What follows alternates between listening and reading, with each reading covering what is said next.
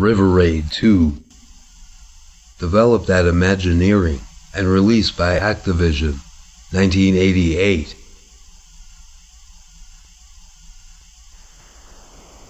This is one of the few 16 kilobyte games that were released for the 2600 in the 80s, and David Lubar seems to have exploited every byte. At the time, he was freelancing for Imagineering, which was Absolute's design department. The manual attributes the game's creation to Dan Kitchen, but Lubar has since remarked in interviews that the credit is unfounded. Not that the Kitchen brothers didn't write some great games, but we aren't concerned with those at the moment. I find myself playing River Raid 2 more frequently than the original 1982 game. Carol Shaw's handiwork did introduce a vividness and a highly effective combination of graphical and sound effects that were astounding at the time. And the game is fun to play. I mean, without the original there wouldn't be a sequel, right? There's simply more to do in that sequel, but not so much that it becomes tedious or convoluted. For all the additional elements, the action doesn't feel any less directly involving or visceral. Also, while the game is still a vertical shoot-'em-up, it's a bomb-'em-up as well. In spite of the title, your fighter pilot has nothing against the river itself. The objective during each mission is to destroy a bridge. You begin by gathering speed on a carrier runway and taking off as you approach the edge. This is achieved by holding down the fire button until you've accelerated enough to launch, which is usually just before you plunge into the water. Push downward on the controller at any time. Don't let go until you've positively cleared the carrier. It makes no difference if you release the button as you begin your ascent. Now that you're playing the game proper, the controls are different.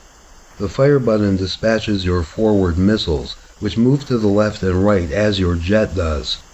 Simultaneously pushing downward launches torpedoes that hit the water and continue straight ahead. They're guided as well.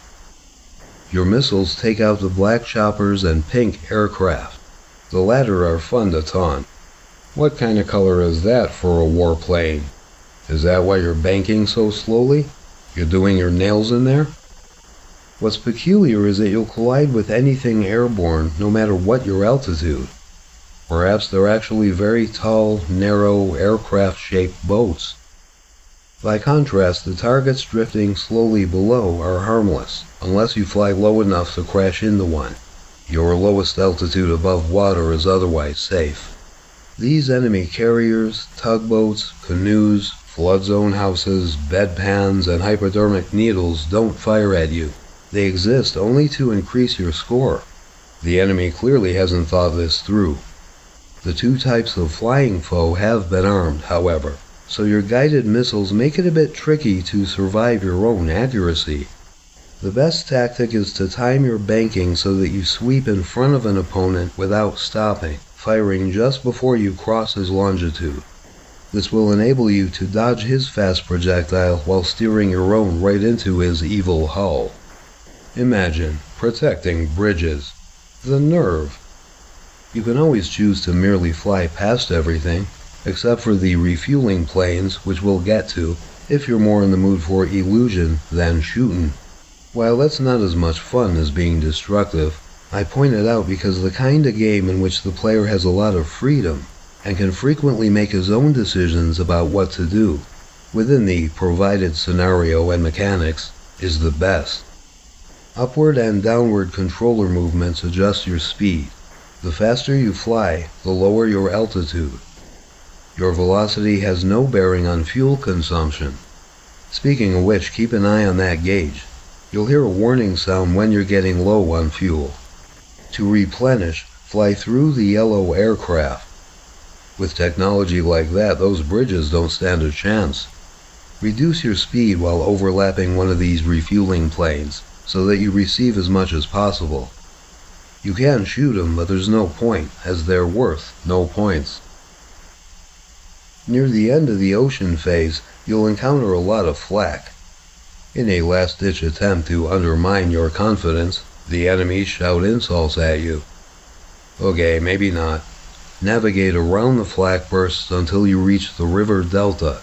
Take advantage of the large number of yellow planes in this area, because fuel will be scarce during the second part of the mission.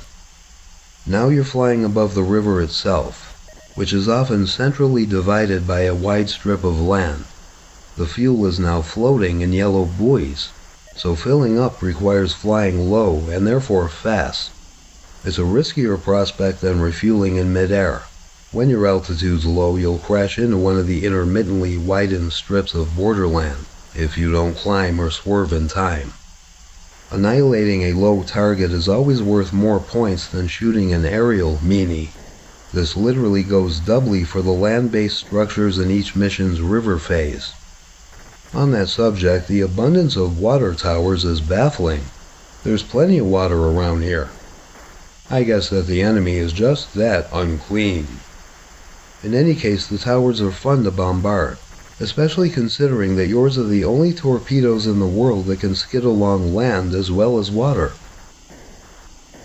Take that, water tower. I'll get you too, other water tower. I can't stand water towers. Water towers killed my family. Well, if you're gonna play a game, get into it, man. The first bridge is easy to align your jet with before it scrolls into view, as the channels merge into just one before you reach it. In most of the missions that follow, the bridges alternate between the left and right waterways. Their locations are not random, so memorization is useful, in the case of the bridges only. They can only be destroyed with torpedoes. If you miss one, you'll simply advance to the next mission, giving up 2,500 points, in a game whose other targets average at between 250 and 300. You set out with 3 jets, but an extra joins your reserves every 20,000 points, which is something that the manual fails to mention. Beyond the bridge and another stretch of fighters, helicopters, and sea vessels, as well as the resumed profusion of refueling planes, which can be a sight for sore eyes at this point, you'll draw near another friendly carrier. The controls change again during this landing phase. The fire button now boosts your airspeed. Keep it depressed. Isn't it thankless being a fire button? And ensure that your altitude is high. As soon as you're above the carrier, release the button and push upward to descend. You'll glide to a stop, progressing to the following mission after your remaining fuel is counted for points. The fuel gauge is the only one to which you really have to pay attention. I'm uncertain as to why the altitude and speed indicators are there. With a bit of practice, you can tell how fast and low you're flying on the playfield itself. Maybe they were included for partially blind people, meaning those who can only see the bottom halves of things. The radar screen is fairly useless as well. It displays the distance between your fighter and the upcoming bridge or end-of-mission carrier, but you'll quickly find it gratuitous. Still, my only real gripe doesn't involve the gameplay itself, but rather the on-screen indication of how many bridges have been devastated. To be more specific, there isn't one. While it isn't vital to know the number of completed missions, it's fun. It's like another part of the score. Such a signpost would also help the player to recall which side of the river is spanned by the forthcoming bridge during any given mission. He can keep count on his own, of course, but the omission is puzzling, as Lubar's games usually keep track of level numbers. CF Fantastic Voyage and Flash Gordon. River Raid 2 itself is spectacular. It's the finest kind of sequel. Everything that worked so well in the first game has been preserved, but some agreeable elements have been added that inflate the earlier scheme instead of muddling it. The new abilities to change speeds and drop torpedoes have informed the game's very design, rather than having been thrown in as showy extras. Also, I like projectiles that can be steered. I wish Shaw and Lubar would collaborate on River Raid 3, so I'd finally get to destroy the traffic lights under the bridges. The next game? Save Mary.